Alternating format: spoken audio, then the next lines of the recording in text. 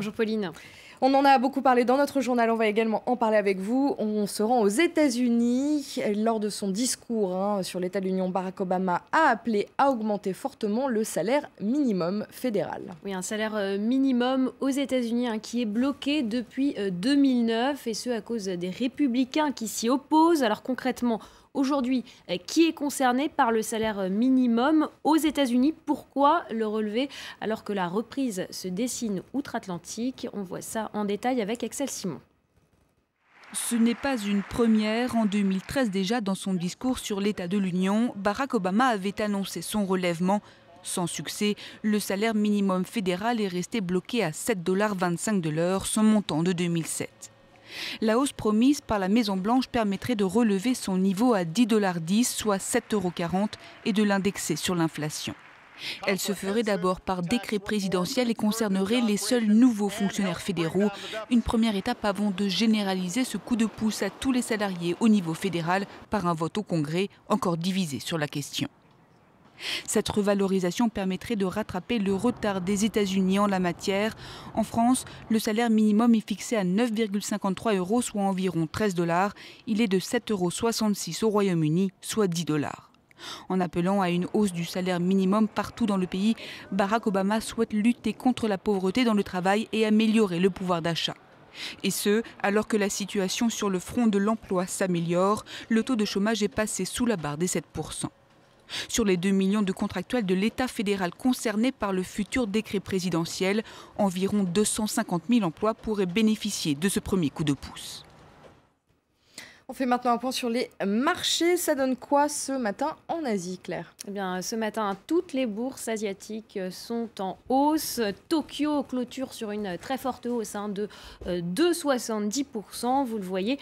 Et à noter qu'à Tokyo, Nintendo affiche ce matin un bénéfice en baisse de 30% à cause des mauvaises ventes de Wii U. Alors, les marchés asiatiques, globalement, ce matin, saluent la hausse des taux d'intérêt de la Banque centrale turque. Hier, une hausse pour enrayer la chute de la monnaie locale qui fait l'objet d'attaques comme les devises d'autres pays émergents. Cette hausse spectaculaire des taux turcs a donc renforcé l'appétit des investisseurs pour le risque. Les investisseurs qui étaient méfiants ces derniers jours, ils craignaient une fuite des capitaux puisque depuis la mi-mai, la livre turque a perdu plus de 30% par rapport au dollar. Le peso argentin lui a fondu de près de 20% face au billet vert depuis début janvier. Alors tout de suite, c'est quelques résultats d'entreprise en bref et en images. Vous allez commencer avec ces résultats décevants pour Yahoo. Oui, Yahoo qui affiche un chiffre d'affaires annuel en baisse de 6%. Marissa Mayer, la patronne du groupe arrivée aux commandes à l'été 2012, elle n'a pas réussi à relancer la croissance du groupe Internet américain. Elle a pourtant multiplié les achats de start-up afin de recruter de nouveaux talents pour Yahoo et elle a modernisé avec plus ou moins de succès certains produits phares du groupe comme sa page d'accueil ou encore son service de messagerie. Le constructeur d'automobiles japonais Nissan vient d'annoncer avoir écoulé 5,1 millions de véhicules en 2013, ce qui permet à son alliance avec le français Renault d'établir un nouveau record autour de 8,3 millions d'unités vendues et la maintient à la 4e place mondiale. Et enfin en France, au terme d'une réunion marathon à Bercy, Arcole Industries a déposé cette nuit son offre de reprise pour le transporteur Maury Ducrot après avoir menacé de la retirer.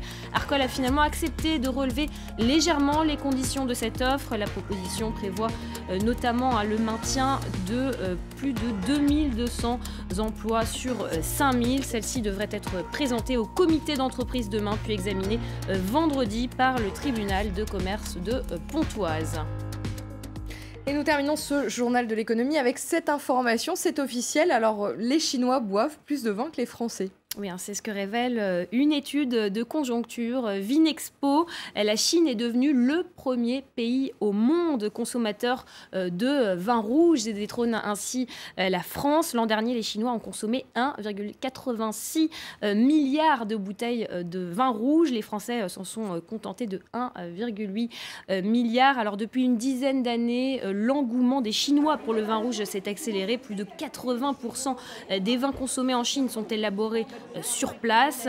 Et le pays est désormais le 5e producteur mondial de vin, derrière l'Italie, la France, les États-Unis et l'Espagne.